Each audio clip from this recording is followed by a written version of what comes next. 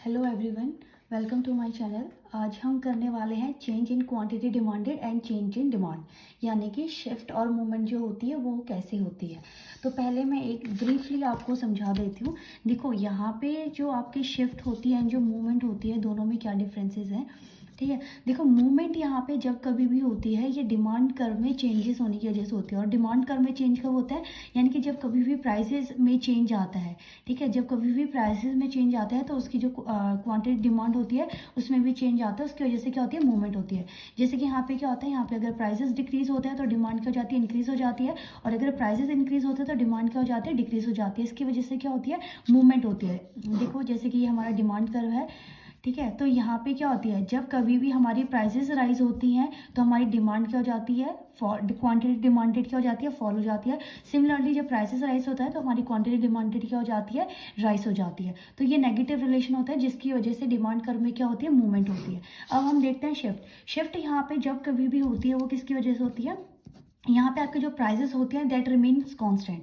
Prices यहाँ पे constant होती है, बट यहाँ पे जो चेंजेस होते हैं वो होते हैं आपके अदर फैक्टर्स की वजह से, जिसकी वजह से आपकी डिमांड में क्या आता है, चेंज आता है। जैसे कि मान लीजिए कि इनकम को हम वाई से रिप्रेजेंट करते हैं इकोनॉमिक्स में।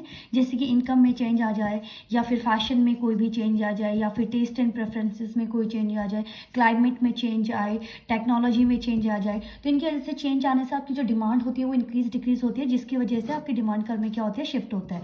देखो जैसे कि यहाँ पे जो प्राइसेस हैं, प्राइसेस इज कांस्टेंट, बट आपकी जो डिमांड है, डिमांड यहाँ पे क्या हो रही है, इंक्रीज और डिक्रीज हो रही है। ठीक है, तो ये किसकी वजह से होता है, ये होती है आपकी अदर फैक्टर्स की वजह से। बट यहाँ पे जो प्राइस होती है वो क्या रहती है, आपकी कांस्टेंट रहती है।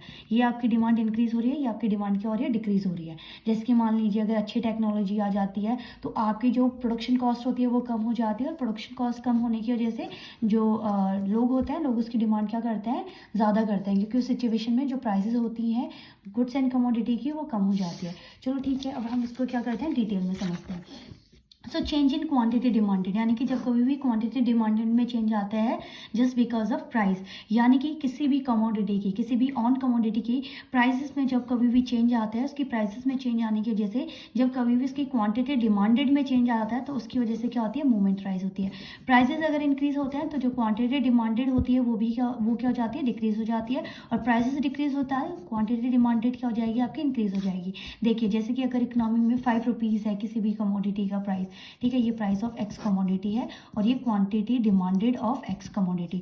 सो मान लीजिए यहाँ पे 5 रुपीज़ प्राइसेस है, तो आप क्या कर रहे हो, 10 यूनिट्स को परचेज कर रहे हो। और अगर प्राइसेस बढ़ के क्या हो जाएंगे, 10 रुपीज़ हो जाएंगे, तो आप यहाँ पे क्या करोगे, 5 कमोडिटी को या फिर 5 यूनिट्स को परचेज करोगे। और इसी की वजह से, यानी कि प्राइसेस में चेंज होने की वजह से प्राइस यहाँ पे क्या हो रहा है, प्राइस राइज हो रहा है। प्राइस राइज होने की वजह से आपकी जो क्वांटिटी डिमांडेड है वो क्या हो रही है, फॉल हो रही है। अब यहाँ पे देखो, इसको कर्व की तरह अगर हम एक्सप्लेन करेंगे तो ये है आपका सिंपली डिमांड कर्व। ठीक है, यहाँ पे क्या हो रहा है, सिंपली प्राइस अगर फॉल हो रहा है तो आपकी क्वांटिटी डिमांडेड क्या हो रही है, इंक्रीज हो रही है। अब यहाँ पे ना एक और चीज़ समझने की ज़रूरत है।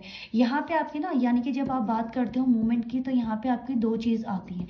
एक तो होती है आपकी एक्सटेंशन ऑफ डिमांड और एक होती है आपकी कॉन्ट्रैक्शन ऑफ डिमांड। अब देखिए, जब कभी भी आप बात करते हैं एक्सटेंशन ऑफ डिमांड की, तो एक्सटेंशन ऑफ डिमांड सिमिलरली यहाँ पे क्या हो रहा है, एक्सटेंशन ऑफ डिमांड होता है, क्योंकि इकोनॉमी में जो है प्राइसेस क्या होती है, फॉल होती है, और डिमांड क्या होती है, राइज होती है। देखिए ये है, प्राइसेस यहाँ पे फॉल हो रहा है, डिमांड यहाँ पे राइज हो रही है, तो इसको हम बोलते हैं एक्सटेंशन। यानी कि जो यहाँ पे कर्व है हमारा वो क्या हो रहा है, डाउनवर्ड स्लोप हो रहा है। बट जब हम बात करते हैं कॉन्ट्रैक्शन की, तो प्राइसेस इंक्रीज होते हैं जिसकी वजह से आपकी डिमांड क्या होती है, फॉल होती है। इसको हम बोलते हैं कॉन्ट्रैक्शन। अब देखिए इसको कर्व से समझते हैं। प्राइसेस यहाँ पे इंक्रीज हो रहा है और क्वांटिटी डिमांडेड यहाँ पे डिक्रीज हो रही है, यानी कि यहाँ पे कर्व जो है वो अपवर्ड की साइड को जाएगा, जिसको हम बोलते हैं कॉन्ट्रैक्शन। ठीक है, यानी कि एक्सटेंशन, यानी कि आपकी जो डिमांड है, डिमांड आपकी इंक्रीज हो रही है, इसको हिंदी में हम बोलते हैं मांग में विस्तार, इसको हम बोलते हैं मांग में संकुचन। ओके, तो यहाँ पे हमारा मूवमेंट कंप्लीट हो गया है। अब हम एक्सप्लेन करेंगे शिफ्ट को। अब देखिए शिफ्ट में सिमिलरली क्या होता है, यहाँ पे जो कमोडिटी के प्राइसेस होते हैं दैट रिमीन्स कांस्टेंट, बट यहाँ पे जो डिमांड होती है, डिमांड में क्या आता है, चेंज आता है। और किसकी वजह से आता है, अदर फैक्टर्स की वजह से। ठीक है, अदर फैक्टर्स की वजह से, अदर फैक्टर्स की वजह से यहाँ पे डिमांड में चेंज आता है, बट जो प्राइसेस ऑफ एक्स कमोडिटी है वो क्या रहती है, आपकी फिक्स रहती है। ठीक है, अब हम यहाँ पे क्या करते हैं, समस्या देखिए, ये मान लीजिए ये प्राइस ऑफ एक्स कमोडिटी है, ये quantity demanded of X commodity. अब यहाँ पे प्राइसेस क्या है, 10 रुपीज़ है, अभी भी यहाँ पे क्या है 10 रुपीज़ ही प्राइस है, बट यहाँ पे हमने 10 यूनिट्स को परचेज किया व्हेन प्राइसेस वर 10 रुपीज़, और जब आपके प्राइसेस अभी भी 10 रुपीज़ हैं so you will buy 30 unit of this. अब ऐसा क्यों है कि आप 30 यूनिट्स बाय कर रहे हो, क्योंकि मान लीजिए कि यहाँ पे क्या हो गई है, टेक्नोलॉजी इन्हेंस हो गई है। टेक्नोलॉजी इन्हेंस होने की वजह से क्या होती है, जो प्रोडक्शन कॉस्ट होती है, प्रोडक्शन कॉस्ट क्या होती है, कम हो जाती है, जिसकी वजह से आपके प्राइसेस फॉल हो जाते हैं और आपकी डिमांड क्या हो जाती है, इंक्रीज हो जाती है। तो जब कभी भी हम बात करते हैं और जिसकी वजह से हमारी जो डिमांड कर्व है वो क्या होगी, वो आपकी राइट वर्ड और लेफ्ट वर्ड की साइड को शिफ्ट होगी। ठीक है, प्राइसेस यहाँ पे क्या रहती हैं, prices of X commodity that will remain constant.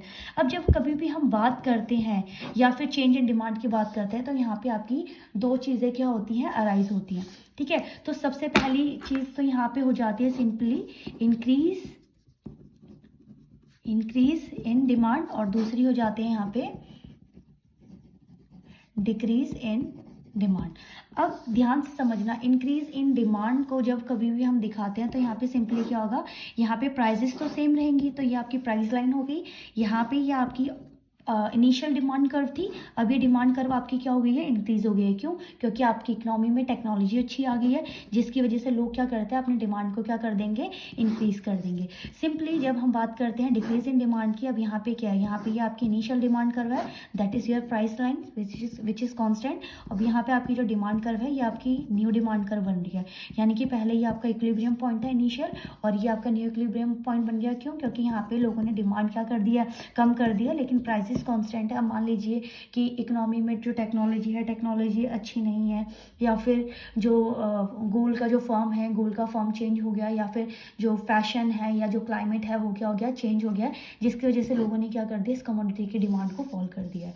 अब यहाँ पे प्राइसेस सेम है, बट यहाँ पे जो डिमांड ऑफ एक्स कमोडिटी है वो क्या हो रही है, इंक्रीज हो रही है अदर फैक्टर्स की वजह से। आई होप कि आपको ये दोनों कंसेप्ट जो बहुत इंपॉर्टेंट है और बहुत ईजी हैं आपको समझ में आए होंगे। अगर आपको कोई भी डाउट है आप मुझे कमेंट सेक्शन में मेंशन कर सकते हैं। Thank you very much.